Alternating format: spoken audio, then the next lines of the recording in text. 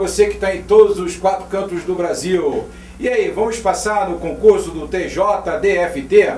Olha, se o seu objetivo é ter sucesso na prova discursiva, nós queremos lhe oferecer uma oportunidade única, o nosso curso pela TV Web Brasil, nossa querida parceira. Olha, você pode ter certeza, com esse nosso curso, você vai conseguir escrever com segurança e ter um conjunto de estratégias, desde o início da prova, quando você abre o caderno, até o momento em que você fecha e entrega ao fiscal. Bom, para a gente começar a nossa conversa, para você que vai comprar com certeza os nossos módulos e vai abrir aí um novo horizonte, dominando a técnica de produzir provas discursivas, nós queremos conversar um pouquinho sobre esse edital do TJDFT, como você vê aí o nosso comentário colocado na nossa primeira transparência. Bom, você deve ter percebido que vai fazer o concurso para o nível superior, pessoal do nível médio já a gente conversa, que há um detalhe muito curioso, que no edital diz que a prova será sobre conhecimentos específicos. Isso tem algumas implicações muito importantes, porque quem acompanha a vida de concurso público sabe que há uma tendência de quando a prova é sobre conteúdos específicos, nós temos praticamente um decalque do próprio conteúdo programático, que é colocado pela banca para que você consiga, para que você seja testado em relação ao domínio desse conteúdo. São provas que, na maioria das vezes, estão no campo das provas expositivas conceituais. O que é isso? A verdade é que não há uma preocupação da parte do examinador para que você defenda uma tese, como no caso de temas da atualidade. Você que está acompanhando aí sabe que o de nível médio será sobre temas da atualidade. Mas no nível superior, o que se pretende é testar a capacidade de o candidato conseguir colocar no papel o que ele conhece sobre determinado conteúdo do edital. Como você vai ver aí na nossa transparência, um pouquinho mais abaixo, isso significa, por exemplo, que o examinador poderia colocar alguma coisa mais ou menos assim. Vejamos, há quem diga que a Constituição de 88, além de todas as emendas já sofridas, deveria passar por uma revisão completa, algo que deveria ser feito por uma nova Assembleia Nacional Constituinte com plenos poderes para tal. Pensando nesse aspecto, elabore um texto que necessariamente discorra sobre características do poder constituinte originário, poder constituinte derivado, cláusulas pétreas. Observe, meu caro amigo aí, que está doido para passar nessa prova e que a gente quer ajudar, que tem certeza que você tem condições de passar, tem condições de absorver as estratégias que nós estamos propondo por este curso pela TV Web Brasil. Repare que não há aí nenhuma proposta de defesa de tese. O que o examinador quer saber é se você consegue colocar no papel as características do poder constituinte, o que é o poder constituinte originário, o que é o poder constituinte derivado, o que são cláusulas pétreas. Se nós pegarmos o tema 2 também, que é um tema bastante curioso, diz o seguinte: a Federação Brasileira é diferente da americana, porque, de modo geral, os poderes aqui concentram-se mais na União que nos estados e municípios. Não é por acaso que boa parcela das leis inconstitucionais decorre de invasão de competência. Num texto de 30 linhas, discorre sobre os seguintes tópicos: organização do Estado, organização político-administrativa, Estado Federal Brasileiro, a União, Estados Federados, municípios, o Distrito Federal, territórios, intervenção federal, intervenção dos estados, dos municípios. Opa, tem aí uma dúvida? Quem está falando aí? Opa, nosso amigo Pedro, já tivemos a oportunidade, Pedro, de falar com ele, é uma pessoa que tem colaborado muito com os nossos cursos. O que o Pedro está perguntando, estou vendo aqui no meu prompt, é o seguinte: escuta, professor, há um contraste muito grande entre o tema 2 e o tema 3. No tema 2 há um número bem menor de itens e no tema 3 existem muitos itens.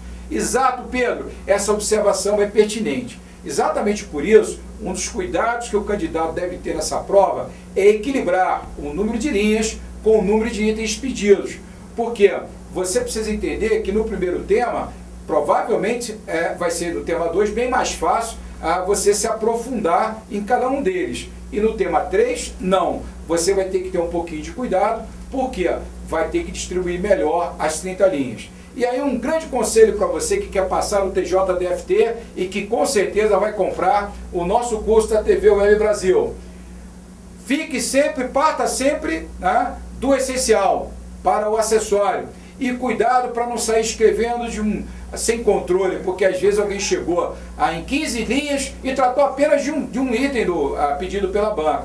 Cuidado, procure equilibrar conteúdo com o número de itens. E você que vai fazer o nível médio, como é que é o nível médio? Bom, vamos ver na próxima transparência a questão do nível médio. Ocorre que esse tema do TJ está escrito lá no edital que ele deverá ser de conhecimentos gerais. E quando você busca o conteúdo, você vai ver lá, então, temas da atualidade. Aí, nós temos um conjunto de possibilidades para esse tema. Mas existe uma tradição no SESP. Normalmente, o SESP costuma correlacionar os temas da prova discursiva com a atividade do cargo para o qual o aluno se candidatou. Então, no nosso caso, provavelmente nós teríamos um tema correlacionado à justiça. Aí eu trouxe algumas coisas para você analisar. Por exemplo, tema 7, sem celeridade não há justiça. Muito bem. Aí vem uma outra questão, professor, como é que eu me posiciono, como é que eu consigo traçar um plano de redação quando o tema é da atualidade? Aí vai uma dica legal para você, que é o seguinte. Primeiro, se o tema já não vier em forma de pergunta, transforme o tema em pergunta. Por exemplo, por que sem celeridade não há justiça? Olha aí, opa, o dinossauro aí, é a Luísa dizendo, pois é, professor, aí que você está mandando transformar o tema em pergunta? Estou sim, Luísa, sabe por quê? Olha como é que fica mais fácil. Se eu lhe pergunto sem celeridade não há justiça, você vai fazer sua redação pensando nisso. É claro, por que sem celeridade não há justiça? Porque se o processo demora muito tempo a correr, muitas vezes as partes interessadas não têm o seu direito guarnecido, resguardado, não é verdade? E se você fizer mais umas duas perguntinhas, por exemplo, e o que é preciso para que a justiça tenha celeridade? Né? Que mecanismo você já pensou, por exemplo, para que a justiça tenha celeridade?